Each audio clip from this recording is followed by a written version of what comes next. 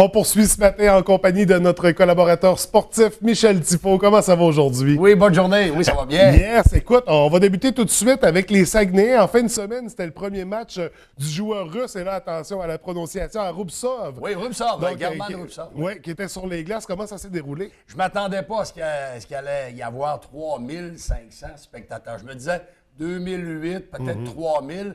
La réponse a été bonne, mais la réponse de German Rubtsov également a été excellente.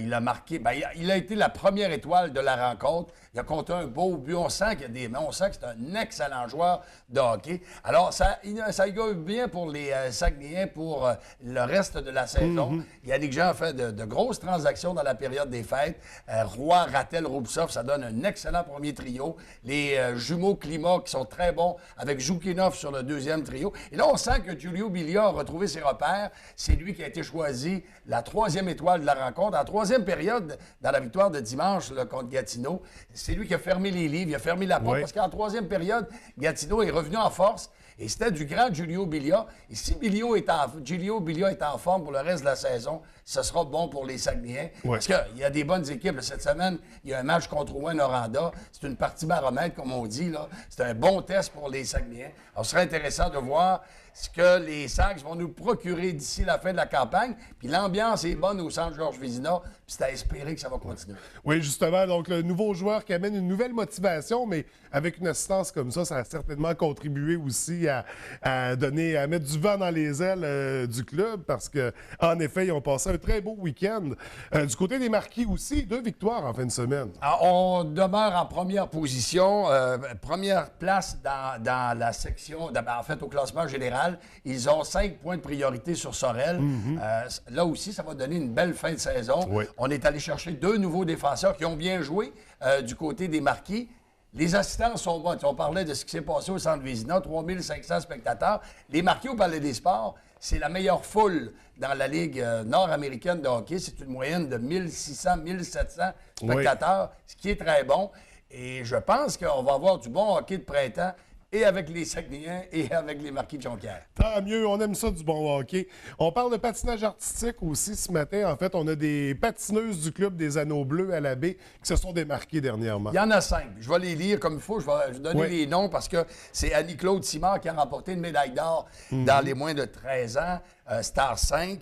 Mégane Tremblay, médaille d'argent, moins de 13 ans, Star 5 également. Rebecca Girard, elle aussi, une médaille d'or. Catherine Bouchard, médaille d'argent en Star 8. Et Mathilde Jean chez les moins de 10 ans, alors chez les Star 5. Alors, ce sont des filles qui vont nous représenter au championnat provincial 17, 18 et 19 mars.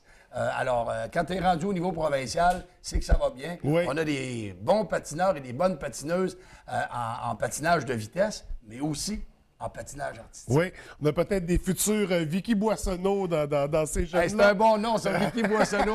J'en ai parlé longtemps de Vicky Boissonneau. Oui. Ça a fait couler beaucoup d'encre.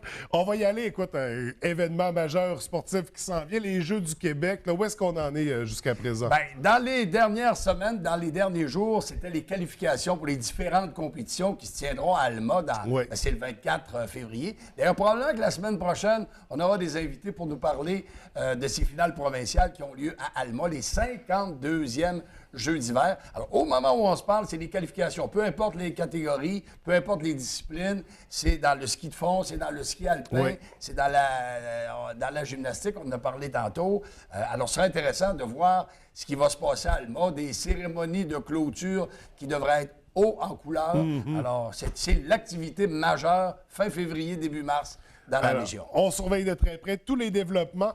On va y aller avec les activités, les événements sportifs à surveiller ce week-end. D'ailleurs, ça a commencé hier pour le tournoi Pee-Wee Bantam de la baie qui se déroule toute la semaine. Un des nombreux tournois, des nombreux tournois de hockey qu'on présente sur les 2 glaces à Jean-Claude Tremblay. Alors, c'est les Pee-Wee et les Bantam, c'est 35-40 équipes qui vont participer à l'activité. Alors, c'est en cours. Vous voulez aller encourager des jeunes, vous voulez voir du bon hockey, c'était à 2 pas de chez nous. Exactement, aller encourager les jeunes d'ici de la région parce qu'il y a beaucoup d'équipes de la région qui participent encore cette année. On a également le club Sajim qui est en compétition en fin de semaine. Exactement, le club Sajim qui va présenter 2 activités d'importance. Une activité régionale pour la gymnastique et aussi, j'en parlais tantôt, les qualifications pour les Jeux du Québec. Alors, Oui. on saura quels seront les jeunes qui pourront participer à ces Jeux grâce à l'activité qui a lieu en fin de semaine du côté de Chicoutimi au club Sajim. On garde un œil sur la compétition. On a des matchs de hockey à surveiller aussi. Saguenay, Marquis, qu'est-ce qui s'en vient? Un test important pour les Sags jeudi contre Rouyn-Noranda. Oui. Vendredi, ce sera au tour de l'Océanique de Rimouski. Alors, 2 matchs au centre Georges Vézina. Les Marquis vont jouer un double contre Laval en fin de semaine. Et à Laval et aussi au Palais des Sports. Alors, du hockey, il y en a un peu partout dans la région. Des tournois, c'est janvier, février, mars, là, des tournois. Il y en a à chaque fin de semaine. Donc ça n'arrête pas. Donc, les matchs de hockey à surveiller. Pour les Marquis, c'est ça, on a mentionné... Laval. 2 fois Laval. 2 Et fois à Laval et au Fait qu'ils Palais des Sports. OK, excellent. Qu'est-ce qu'on a d'autre sinon dans le sport, là? Entre autres, je t'ai écouté cette semaine, tu parlais de cette randonnée nocturne au Oui, parc Rosaire-Gauthier. oui. C'est un beau parc, autant l'été pour le tennis, autant l'hiver pour la nature Oui. et la beauté de ce parc. Alors, il y a une activité nocturne, c'est vendredi du côté du parc Rosaire-Gauthier. On attend beaucoup de participants et de participantes.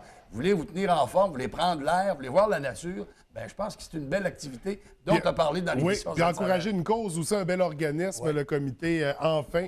Donc, au coût de 5 par participant, c'est une activité de financement très, très, très abordable.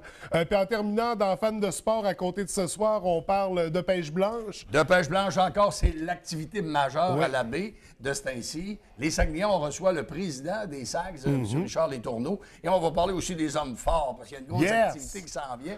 Alors, puis la semaine prochaine ou dans les prochains jours aussi, à Femmes de sport, les Jeux du Québec, Oui. c'est notre activité majeure dans la région. Absolument, donc à surveiller. À compter de ce Merci soir, beaucoup. Michel, écoute, c'est toujours un plaisir. On se revoit mercredi prochain. D'accord. Bonne semaine.